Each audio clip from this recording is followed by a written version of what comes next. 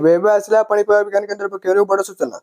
बारे घूर्णिबलय बढ़िबा वर्षा असंता 12 तारिख बेलू उत्तर पश्चिम पार्श्ववर्ती पश्चिम केन्द्रीय बंगोपसागर अंचल एक घूर्णिबलय सृष्टि होवार संभावना रही। आगो एभली नुआ नुआ लेटेस्ट अपडेट को जाना चाहूले वीडियो को लाइक करी चैनल को सब्सक्राइब करी आकर घंटी चिन्ह को दबाई दिंतु।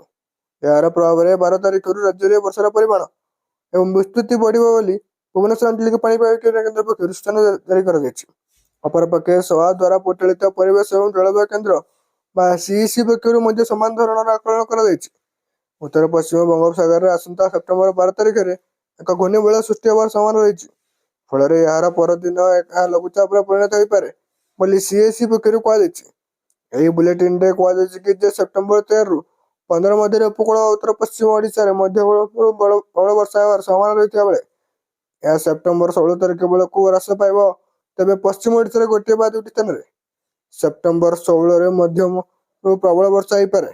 सेप्टेम्बर 18 पर राज्य में पाणीपागर उन्नति घटे बोली सीएसी निज बुलेटिन उल्लेख कर अपरपक्ष पूर्वानुमान अनुसार राज्य में वर्षार परिमाण कमी गत 24 घंटा राज्य में 3.4 मिलीमीटर वर्षा रेकर्ड होती जहाँ स्वाभाविक 8.4 मिलीमीटर तुलन में 60% कम बोली जमापड़ी।